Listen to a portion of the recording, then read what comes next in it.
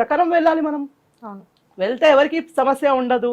అక్కడ న్యాయస్థానంలో వెళ్ళి మనము కొట్లాడితే దానికి ఒక పరిష్కారం లభిస్తుంది. కానీ రోడ్లపైకి వచ్చి గో బ్యాక్ అంటే ఎక్కడ పరిష్కారం వస్తుంది అని చెప్పమని ఒకసారి.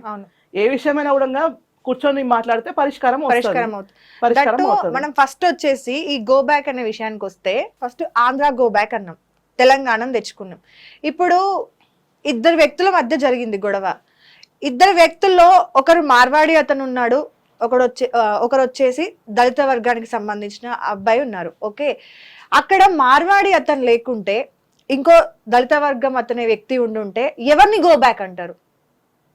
మరి వాళ్ళకే తెలియాలండి ఎవరిని అంటారు ఏంటి అన్నది కూడా క్లారిటీ. ఎందుకంటే ప్రశ్నలు ఎవరెత్తింది వాళ్ళే కదా. ఇప్పుడు ఇన్ జనరల్ గా నేను ఒక మాట అడుగుతాను. ఇక్కడ అతను మార్వాడి అని మనకు క్లియర్ గా అర్థమవుతుంది. ఇక్కడ దళిత్ అన్న వ్యక్తి ఆయన గురించి చెప్పుకుంటేనే కదా తెలిసింది. అక్కడ నేను దళితుడిని అని చెప్పేసి ఆయన చెప్పుకుంటున్నాడు. అక్కడ చెప్పుకునేందుకే తెలిసింది కదా. మరి అక్కడ ఇప్పుడు ర్యాండమ్ గా వచ్చేటటువంటి వ్యక్తులకు ఇక్కడ ఉన్నటువంటి అతని కులం ఏందో నేను తెలుసుకోఅయితే నేను కొట్లాడ కదా పోలేను. సరే పక్కల షాపులు ఉన్నాయి, రోజు ఏదో గొడవ జరుగుతుంది, లేకపోతే ఇంటి పక్కల ఇండ్లు ఉంది కాబట్టి వాళ్ళ సంగతి వీళ్ళకి తెలుసు, వీళ్ళ సంగతి వాళ్ళకి తెలుసు అనుకుంటే అది ఖచ్చితంగా బలుపే, అది బరాబర్ బల్ప్ అవుతుంది. కానీ ఒక ఎవరో తెలియని వ్యక్తిని వచ్చి ఒక అతను కొట్టాడు అని చెప్పేసి అంటే అది ఏ విధంగా ఒక వర్గానికి సంబంధించినటువంటి వ్యక్తికి చేసినటువంటి హాని అవుతుందో చెప్పండి. దానికోసం అని చెప్పేసి మనం ఎంత సిల్లీగా మాట్లాడుకుంటున్నాం అని అంటే it's a silly talk actually చెప్పాలంటే. దళిత్ వర్సెస్ మార్వాడి అన్నది ఇట్స్ వాట్ కైండ్ ఆఫ్ కావాలని ఇందులో గొడవని లేవనెత్తుతున్నారు అనేది కొంతమంది ఆరోపిస్తున్నారు అనమాట. అవును, మరి ఖచ్చితంగా అనుకోవడానికి వస్తుంది కదా. ఇప్పుడు ఎవరో తెలియని వ్యక్తిని పట్టుకొని కొట్టిండు అని అంటే అవును నేను దళితుని కాబట్టి నువ్వు కొట్టినావు అని చెప్పేసి నువ్వు మాట్లాడితే అర్థం ఎక్కడ ఉంది దానిలో? కాదు, కొట్టడం అనేది తప్పు. ఆయన ఏదైతే చెయ్యి చేసుకున్నాడు కదా, ఆ చెయ్యి చేసుకోవడం అనేది తప్పు. దానిపైన యాక్షన్ తీసుకోవాలి. మనందరం కూడా ఒకవేళ నిజంగా అక్కడ తప్పు ఇతని సైడ్ మార్వాడి సైడ్ ఉన్నప్పుడు మనము అతని సైడ్ నుండి కేసు పెట్టడము ప్లస్ మళ్ళీ దానికి మనం కోర్టు చుట్టూ తిరగడము, ఇతనికి ఏదో ఒకటి చేయడము, అలా చేయడం ఓకే. కానీ దాన్ని కాస్త తీసుకెళ్లి కులాలు మతాలు అని కల్చర్లు గో బ్యాక్ అని ఇంతవరకు దాన్ని గొడవ క్రియేట్ చేయడం అనేది తప్పు. అని తప్పు ఏదైనా తప్పే, 100% ఖండిద్దాం దాన్ని. నేను కూడా ఖండిస్తున్నా. ఒక వ్యక్తిని ఇంకొక వ్యక్తి కొట్టడం అన్నది 100% తప్పే. ఆ తప్పులో ఏం జరిగింది అన్నది ఆ ఇద్దరు వ్యక్తులకే తెలుసు. కాబట్టి ఆ ఇద్దరు వచ్చైతే మీడియా ముందర ఎక్కడ చెప్పింది లేదు. కాబట్టి ఈ విషయంలో చర్చనే అనవసరం. దాన్ని మీరేం చేస్తున్నారు, ఎక్స్టెండ్ చేసిండ్రు. ఇప్పుడు ఎక్స్టెండ్ చేసి మార్వాడి గో బ్యాక్ అన్నారు. మీరు ఎందుకోసం గో బ్యాక్ చెప్పండి మరి దాని విషయంలో. ఎందుకోసం మీరు గో బ్యాక్ చేస్తున్నారు? గో బ్యాక్ అని అంటే ఏంటిది అర్థము? మనం ఉన్న ఏ దేశంలో మరి ఇక్కడ ఉన్నటువంటి పాకిస్తానీ వాళ్ళని గో బ్యాక్ అన్నామా, బంగ్లాదేశ్ వాళ్ళని గో బ్యాక్ అనడం మానేసి, రోహింగ్యాలను గో బ్యాక్ అనడం మానేసి మనం ఏం చేస్తున్నాం, మన భారతీయులని మన రాష్ట్రం నుంచి గో బ్యాక్ అని చెప్పేసి మనమే అంటున్నాం. 79 స్వతంత్ర నిన్ననే చేసుకున్నాం కదా, స్వతంత్ర దినోత్సవం చేసుకున్నాం కదా మనము. మరి ఏం నేర్చుకున్నాం ఈ స్వతంత్రం నుంచి? ఎంతో మంది త్యాగం చేసినటువంటి ఈ యొక్క నెలలో మనం ఇవాళ గో బ్యాక్ అని మాట్లాడుతున్నాం అని అంటే సిగ్గుతో తలవించుకోవాల్సినటువంటి విషయం కదా ఇది. మరి అలాంటప్పుడు మీరు ఏం మాట్లాడాలో ఏం మాట్లాడొద్దో, అసలు ఏ విషయం పైన మాట్లాడాలి, ఏ టాపిక్ తీసుకోవాలి, తెలంగాణకు ఏది మేలు చేస్తుంది అని చెప్పేసి ఆలోచిస్తారా? లేదు లేదు లేదు అట్లా కాదు, మమ్మల్ని ఒక్కరిని అంటే మొత్తం తెలంగాణ మొత్తాన్ని అన్నట్టా మరి? అండ్ ఇక్కడ ఇంకోటి కూడా మాట్లాడుకుంటే మేడం, కల్చర్ని గో బ్యాక్ అంటున్నాం. మన కల్చర్ని, మన హిందూ కల్చర్ని మనం ఎంతమందిని ఫాలో అవుతున్నాం? బిర్యానీ మనది కాదు, టీ మనది కాదు, జీన్స్ మనది కాదు, బట్ మనకు ఇవన్నీ నచ్చాయి కాబట్టి మనం ఫాలో అవుతున్నాం. ఆ కల్చర్ మనది కాదు. మరి ఫస్ట్ కల్చర్ని గో బ్యాక్ అనడం మొదలు పెడితే మనలో ఉన్న ఏవైతే ఇతర కంట్రీస్ నుండి తెచ్చుకొని ఫాలో అవుతున్నామో వాటిని ఫస్ట్ గో బ్యాక్ అనాలి. అంటే ఫస్ట్ మనం కదా మారాలి. మనం మారిన తర్వాత ఇంకొకరిని మనం మాట్లాడాలి. ఆ మార్పు కోసం మనం ప్రయత్నించాలిగా. 100% కదా. మోదీ గారు ఇదే కదా చెప్పింది. నిన్న త్రివర్ణ పతాకం ఎగిరేసిన తర్వాత ఎర్రకోట నుంచి చెప్పినది ఏంటండి, స్వదేశీ వస్తువులను ఎంకరేజ్ చేద్దామని చెప్పేసి అన్నారు కదా. దాని మీద కాన్సన్ట్రేషన్ చేయండి ఫస్ట్ ఆఫ్ ఆల్. మీరు బయట దేశాల గురించి, బయట దేశాలను మనం బహిష్కరిద్దాం అన్నారు కదా, దాని మీద కాన్సన్ట్రేషన్ ఎందుకు చేయట్లేదు మీరందరూ కూడా? ఎందుకోసం అని చెప్పేసి మనలో మనమే కొట్లాడుకోవాలి. మనలోనే చిచ్చులు పెట్టి ఇవాళ హిందువులను ఐక్యత లేకుండా చేయడానికి చేస్తున్నటువంటి కుట్రలో భాగం ఇదంతా కూడా. మీరు ఆ కుట్రకు బలి అవుతున్నారని చెప్పేసి మేము మాట్లాడుతున్నాము. ఇక్కడ మేము సపోర్ట్ చేస్తున్నాం. ఎందుకోసం అని అంటే మన దేశం కూడా మత ప్రాతిపదికన విడిపోయింది, పాకిస్తాన్గా విడిపోయి ముస్లిం దేశంగా మారింది కదా. మరి ఈ మన భారతదేశం ఎందుకు సెక్యులర్ అయిపోయింది? మనం అసలుకి కాబట్టి నేనేమంటానంటే మన కల్చర్ ని మనం కాపాడుకోకపోతే రేపు మన మీద ఇంకెవడో వచ్చి రాజ్యం వెళ్తాడు. అది 200 సంవత్సరాలు మనం ఆంగ్లేయులు పరిపాలించింది మనల్ని, 600 సంవత్సరాలు మనం ముస్లింల చేతిలో పరిపాలించబడినాము, రకరకాల వాళ్ళు ఇన్వేడర్స్ వచ్చిరు, మన దేశాన్ని కొలగొట్టిపోయినా కూడా మనం ఎందుకు ఇవాళ స్టిల్ ఇంకా మన సంస్కృతిని మనం ఎందుకు పాటించగలుగుతున్నాము అంటే మన సనాతన సాంప్రదాయం అంత గొప్పది కాబట్టి. ఇక్కడ కులాలకు తావు లేదు, అందరము ఒకటే. అవును, వసుదైవ కుటుంబకం అని ఎందుకంటాం మనము? హిమాలయం సమారభ్యాం యావత్ హిందూ సరోవరం తం దేవ నిర్మితం దేశం హిందుస్థానం ప్రణామ్యహం అని చెప్పేసి అని అంటాం మనం. తం దేవ నిర్మితం దేశం ఇది. హిమాలయం సమారభ్యం యావత్ హిందూ సరోవరం అని అంటే హిమాలయాల నుంచి మొదలు పెడితే హిందూ మహాసాగరం వరకు, ఇటు ద్వారక నుంచి అటక్ నుంచి మొదలు పెడితే కటక్ వరకు అంతా కూడా మనం ఒకటే. మనం భారతీయులం, మన దేశంలో సనాతన సాంప్రదాయానికి గౌరవం ఇద్దాము, మన సాంప్రదాయాన్ని మనం కాపాడుకున్నాం కాబట్టే ఇవాళ స్టిల్ ఇక్కడ మనం కూర్చొని మాట్లాడుకోగలుగుతున్నాం. ఎస్ మేడం, మీరు అన్నట్టుగా కులాలకు మతాలకు అతీతం మన భారతదేశం అని మాట్లాడుకుంటాము, భిన్నత్వంలో ఏకత్వం అని మాట్లాడుకుంటాము.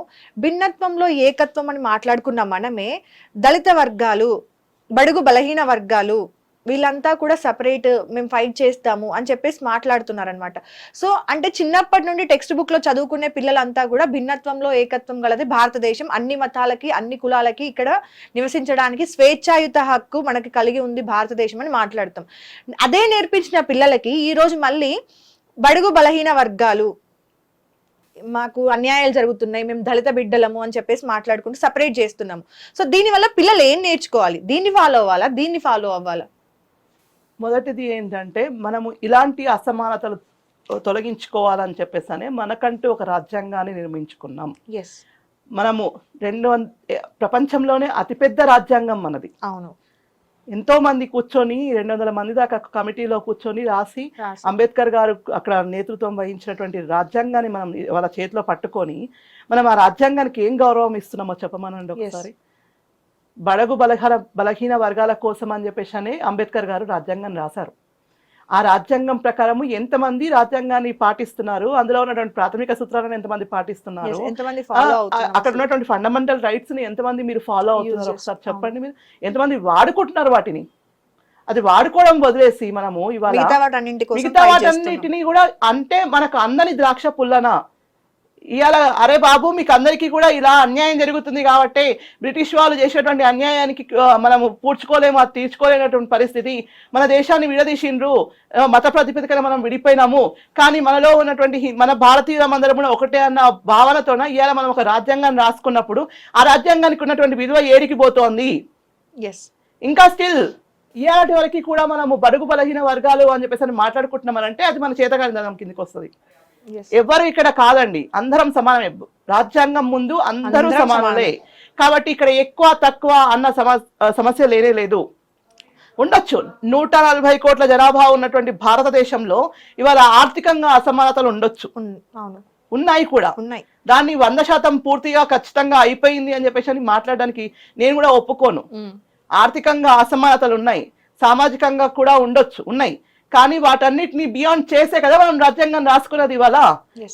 మరి దానికి మీరు ఎంతవరకు రెస్పెక్ట్ ఇస్తున్నారు అని చెప్పేసి నేను అడుగుతున్నాను. ఇవాళ అంబేద్కర్ గారికి మనము లిటరలీ మనం అవమానిస్తున్నామేమో. ఇవాళ ఆయన ఆత్మ క్షోభిస్తుంది, పైన ఉన్న ఆత్మ. అరే నేను రాసినటువంటి రాజ్యాంగానికి ఇవాళ విలువ లేకుండా చేస్తున్నారు అని చెప్పి. కరెక్ట్ మేడం, మీరు అంటుంది మన తెలంగాణ శ్యామన్న లాంటి వాళ్ళు కొంతమంది అంటే ఈ ఇష్యూని ముందుకు తీసుకొచ్చి అదేదో నిజంగానే అంటే దళిత వర్గాలకి ఇంకా అన్యాయం జరుగుతుంది, కేవలం దళిత వర్గాలని మాత్రమే కొడుతున్నారు అన్నట్టుగా మాట్లాడుతున్నారు.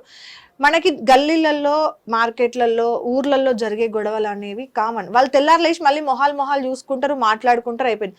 అలాంటి అంటే ఇద్దరి మధ్యలో ఒక వ్యక్తిని కొట్టడం అనేది 100% తప్పు. దానికి పోలీస్ స్టేషన్లు ఉన్నాయి, కోర్టులు ఉన్నాయి, మనం ఏదైనా దాని నుండి చేసుకోవచ్చు. కానీ దాన్ని తీసుకొచ్చి స్టేట్ లెవెల్ గా మార్చి ఇంటర్వ్యూలు ఇస్తూ మాట్లాడడము, నిజంగానే దళిత వర్గాలకు అన్యాయం జరుగుతుందేమో అని ఇంకొంతమందిని రెచ్చగొట్టడము అనేది ఎంతవరకు కరెక్ట్?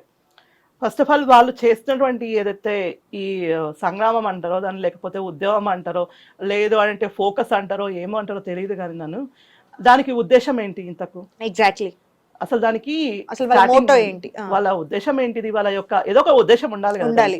అంతిమంగా మీ లక్ష్యం ఏంటి? మీ లక్ష్యాన్ని మీరు చేరుకోగలుగుతున్నారా లేదా అన్నది మీకు ఇంపార్టెంట్ అయిన విషయం. ఇక్కడ ఏదైనా సరే ఉద్యమం మొదలు పెడుతున్నామని అంటే ఇప్పుడు తెలంగాణ ఉద్యమం మొదలు పెట్టినాం. తెలంగాణ ఎందుకు మొదలు పెట్టిన ఉద్యమాన్ని? మనకంటూ ఒక స్వరాష్ట్రం రావాలి, ఆంధ్ర పాలకుల చేతిలో నుంచి మనం విముక్తి పొందాలి, మన రాష్ట్రాన్ని మనమే పాలించుకోవాలి అని చెప్పేసి అని మనం ఉద్యమం చేసినాం. 60 ఏళ్ళ ఉద్యమం చిన్న ఉద్యమం ఏం కాదు మనం చేసింది. స్వతంత్ర సంగ్రామం తర్వాత నాకు తెలిసి ఇంత దీర్ఘకాలికంగా ఉద్యమం చేసింది ఒక తెలంగాణ కోసం అని చెప్పేసి అనే. ఒక ఓటు 2 రాష్ట్రాలతోన వాజ్పేయి గారు అక్కడ ఉన్నటువంటి ఉత్తరాఖండ్, జార్ఖండ్ తర్వాత ఇట్లా ఇంకొక 2-3 స్టేట్స్ ఇచ్చిన తర్వాత మన దగ్గర ఉద్యమం మొదలైనా కూడా ఆ రోజు మనం సాధించుకోలేకపోయినాము. కారణం ఇక్కడ ఉన్నటువంటి పాలకుల విషయంలో వాళ్ళు మోసం చేసారు మనల్ని లిటరరీ చెప్పాలంటే. కాబట్టి ఏం చేసినాం, మలిదశ ఉద్యమం మొదలు పెట్టుకున్నాం మనం. ఆ మలిదశ ఉద్యమంలో అందరం కలిసి పనిచేసినాం. సబ్బండ వర్గాలు అన్ని కలిసి పనిచేస్తేనే తెలంగాణ సాధ్యమైంది. మరి ఈ సాధించుకున్నటువంటి తెలంగాణలో ఇవాళ మనం ఏం చేస్తున్నాం అనేది మనం ఆలోచించుకోవాలి కదా. తెలంగాణను సాధించుకున్న తర్వాత మనం ఇప్పటికైనా ఎలా డెవలప్ అవ్వాలి, మన స్టేట్ ఎలా డెవలప్ అవ్వాలి, మన వ్యవసాయం చేసుకునే వాళ్ళకి ఇంకా ఎలాంటి కల్పించాలి, ప్లస్ మళ్ళీ జాబ్స్ లేని వాళ్ళకి ఎలా జాబ్స్ తీసుకురావాలి, స్టూడెంట్స్కి ఎలాంటి స్కాలర్షిప్స్ తీసుకురావాలి, ఇది కదా మనం ఆలోచించుకోవాలి. మనల్ని మనం ఎకానమీలో ముందుకు తీసుకెళ్ళాలి. కానీ ఇలాంటి ఇష్యూస్లో కొట్లాడుకొని ఇప్పుడు నీ కులం వేరు, నా కులం వేరు, నీ మతం వేరు, నా మతం వేరు అన్నప్పుడు ఎప్పుడు మనం డెవలప్ అవుతాం? ఇవన్నీ కూడా ఏంటంటే ఎవ్వరికి పని లేని వాళ్ళు ఉంటారు చూడండి, పనికి మాల పని పెట్టుకున్నట్టు అనమాట. పని లేని అనుకో పని కల్పించినట్టు ఇది అంతే, అంతకుమించి ఇక్కడ ఏం లేదు. ఎందుకంటే మనం 10 సంవత్సరాలు కేసీఆర్ దురపాలనలో ఉన్నాం. ఇప్పుడున్నటువంటి వ్యక్తి కూడా ఒక అగ్రకుల వ్యక్తే అనుకుందాం. ఎందుకంటే వాస్తవానికి అదే జరుగుతుంది. తెలంగాణలో సబ్బండ వర్గాలు కలిసి తెలంగాణ సాధించుకున్నాం. మరి ఒక బీసీ ముఖ్యమంత్రిని చేస్తామని చెప్పేసి బీజేపీ చెప్పింది. మరి ఎందుకు ఓటేరే మీరు? ఎందుకు ఓటేయలేదు మీరు? అంటే తెలంగాణ అభివృద్ధి కావద్దా? అంటే సబ్బండ వర్గాలు అభివృద్ధి చెందొద్దనే కదా మీ ఉద్దేశము? మరి మీరు ఎందుకు అని చెప్పేసి అని ఆ రోజు తెలంగాణకు ఎందుకు, తెలంగాణలో ఉన్నటువంటి భారతీయ జనతా పార్టీ తెలంగాణ ఇప్పించడానికి కారణమైనటువంటి భారతీయ జనతా పార్టీ ఇవాళ మీకు ఎందుకోసం అని చెప్పేసి మీరు ఎందుకు ఓట్లేయలేదు? మరి ఐఎమ్ ఆస్కింగ్ ఫర్ దట్. ఎందుకంటే బడుగు బలహీన వర్గాల వాళ్ళు అణచివేయబడుతున్నారు తెలంగాణలో అని అన్నప్పుడు దొరలను కానీ రెడ్డిలను కానీ మీరు ఎందుకు ఇవాళ సీఎంగా ఎన్నుకున్నారు? మీరు మరి ఈ క్వశ్చన్ 100% కరెక్ట్. నువ్వు ఎన్నుకున్నటువంటి చాయిస్ తప్పు కదా నీది. నీ ఉద్యమమే పక్కదారిన పట్టింది కదా. నువ్వు తెలంగాణ తెచ్చుకోవడమే సంబరపడిపోతుంది కదా తెలంగాణ కోసం అని చెప్పేసి.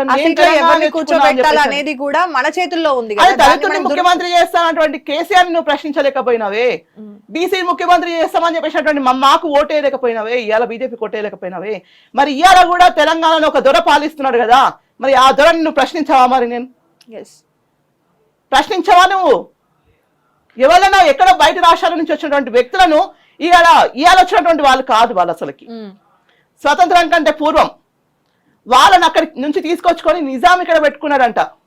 ఆ విషయం మనకు చరిత్రలో చూస్తే కానీ తెలియలేదు. మరి వాళ్ళకు ఇప్పుడు ఇంకొక విషయం అడుగుతాను. ఇక్కడ బేగం బజార్ అని పేరుందండి, దాని పేరును మార్చుకోవాలంటే వాళ్ళకి ఎంతసేపు? వై దట్ వాళ్ళు ఎందుకు మార్చలేకపోయారు మరి ఆ పేరుని? వాళ్ళకి అవసరం లేదండి ఆ పేరుతో. వాళ్ళకి పేరు బేగం బజార్ అయితేంది, మదీనా బజార్ అయితేంది, ఇంకోటి అయితేంది. వాళ్ళకి కావాల్సింది బిజినెస్ చేసుకోవడం. వాళ్ళు ఇక్కడికి వచ్చింది పక్తు బిజినెస్ చేసుకోవడానికి వచ్చారు. మీరేం చేయాలి అప్పుడు? అరే తెలంగాణలో పోయి మేమున్నాం, మాకు కూడా షాపులు కావాలి అని చెప్పేసి అని ఎందుకు 10 ఏళ్ల సర్కార్లో మీరు ఎందుకు అడగలేకపోయారు? మీరు అడగలేదు. ఎస్, యాక్చువల్లీ నా నెక్స్ట్ క్వశ్చన్ అదే మేడం. ఇప్పుడు మార్వాడీలు అందరూ కూడా తెలంగాణలోకి వచ్చి బిజినెస్ చేసుకుంటున్నారు, డెవలప్ అయినారు అంటున్నారు. ఇదే తెలంగాణలో మనల్ని బిజినెస్ చేసుకోవద్దని చెప్పిన వాళ్ళు ఎవరు? షాపులు పెట్టద్దని చెప్పి అడ్డుపడిన వాళ్ళు ఎవరు? ఎవ్వరూ లేరు. మనకంటూ ఒక నిర్ణయం ఉండాలి, మనకంటూ ఒక అభిప్రాయం ఉండాలా. మనం ఇప్పుడు తెలంగాణ తెచ్చుకున్న తర్వాత ఏం చేయాలి భవిష్యత్తులో అన్నది మనకు ఆలోచన ఉండాలి. ఆలోచన లేని తరుణంలోనే ఇట్లాంటివన్నీ మాట్లాడగలుగుతారు. ఫస్ట్ ఒక్క మార్వాడి అతను వస్తాడు కుటుంబం నుండి, ఒక్క షాప్ పెడతాడు, తర్వాత 10 మందిని తీసుకొస్తాడు, ఫ్యామిలీ మొత్తం కుటుంబ వ్యాపారం అవుతుంది. అదే మన దగ్గర చూసుకుంటే, అంటే నేను చాలా సిచ్యువేషన్లలో మాట్లాడిన వాళ్ళ దగ్గర కూడా నేను అబ్జర్వ్ చేసిన మేడం. ఇక్కడ మార్వాడి షాప్ ఉంది అనుకుందాం, ఇక్కడ మన ఎవరో ఒకరిది మన వాళ్ళది షాప్ ఉంది, మన తెలంగాణ స్టేట్ వాళ్ళ షాప్ ఉంది. ఇతని దగ్గర 2 రూపాయలు ఎక్కువ ఉంటది, మార్వాడి అతని దగ్గర 2 రూపాయలు తక్కువ ఉంటది. మనం అందరం కూడా మార్వాడి అతని దగ్గరికి వెళ్తాం. అరే మనవాడు కదా, నా ఇంటి వాడు కాకపోయినా సరే, అరే నా స్టేట్ వాడు కదా, నా తెలంగాణ వాడు కదా, వాడి దగ్గరికి పోదాం అనేది ఆలోచించవే. ఈడికి వచ్చేసి గొడవల్లో మాత్రం ఇప్పుడు నీకు మార్వాడి వాడు గుర్తొచ్చిండు, గుజరాత్ వాడు గుర్తొచ్చిండు, ఇవన్నీ కల్చర్లు గుర్తొచ్చినాయి. మనలో మనకే ఐక్యత లేదు అని నాకు అనిపిస్తుంది. 100% మీరు అన్న దానిలో అసలు రాంగ్ లేదు. యాక్చువల్లీ ఇదే విషయాన్ని నేను మొన్న అన్నా అనమాట. నేను యాక్చువల్గా ఫస్ట్ వీడియో చేస్తూ కూడా ఇదే విషయం అన్నా నేను. ఎందుకోసం అని అంటే నాకు బాధ అనిపించిందండి వాస్తవానికి. మనం ఏంది అడుక్కుంటున్నాం బిర్యానీ, గో బ్యాక్ అని అదే మన రాష్ట్రంలో పోయి ఇది మనం సొంతంగా సాధించుకున్నాం తెలంగాణని. మలిదశ ఉద్యమం కూడా దాదాపు 4 ఏళ్ళు చేసినాం మనం. చిన్న ఉద్యమం ఏం కాదది. భారతదేశ చరిత్రలోనే సువర్ణ అక్షరాలతో లెక్కించుకోవాల్సినటువంటి ఉద్యమం మనం చేసినాం ఇక్కడ. అది చాలా గర్వంగా చెప్పుకుంటాం కదా మనము. మరి తెలంగాణ వచ్చిన తర్వాత మన బాధ్యత ఏంది అన్నది మనకు ఎవరికి గుర్తు లేకున్నది ఆ రోజు. మరి ఇవాళ మనం బార్వడి గోబ్యాక్ అనే ముందర 12 సంవత్సరాలు తెలంగాణ వచ్చి మరి ఎంతమంది తెలంగాణ వాళ్ళకు ఉపాధి కల్పించారు? మరి ఉన్నటువంటి రాష్ట్ర ప్రభుత్వాలకు కూడా ఎంతమంది తెలంగాణ వాళ్ళకు ఉపాధి కల్పించారో చెప్పండి. మరి మార్వడి గోబ్యాక్ అనే ముందర మనం ఏం చేస్తున్నాం అనేది. హిట్ టీవీ యాప్, ఇందులో short news, live news, entertainment shows, movies, digital magazines తో పాటు మీ జిల్లా వార్తలను కూడా ఫ్రీగా చూడొచ్చు. ఇంకెందుకు ఆలస్యం, వెంటనే హిట్ టీవీ యాప్ ని డౌన్లోడ్ చేసుకుని ఫ్రీగా ఎంటర్టైన్మెంట్ పొందండి. Hit TV app, hit TV app, please download hit TV app. Hit TV app ని ఫ్రీగా డౌన్లోడ్ చేసుకుని ఎంజాయ్ చేయండి. మీకు నచ్చిన ఎంటర్టైన్మెంట్ కోసం హిట్ టీవీ యాప్ ని ఫ్రీగా డౌన్లోడ్ చేసుకుని ఎంజాయ్ చేయండి. హిట్ టీవీ యాప్ ని డౌన్లోడ్ చేసుకుని ఆస్వాదించండి, ఆశీర్వదించండి. ఇంతమంది సెలబ్రిటీలు హిట్ టీవీ యాప్ ని డౌన్లోడ్ చేసుకోండి అని చెప్తున్నారంటే ఎంత మంచి యాప్ ఆలోచించండి. అమెరికా అమెరికాలో చదవాలనుకునే వాళ్ళకి విశ్వసనీయమైన పేరు మన శౌర్య కన్సల్టెన్సీ. UK లో 1 year masters, UK లో 1 year masters, 2 years work permit up to 5 years visa. Contact Saurya Consultancy. Contact 89851 89851.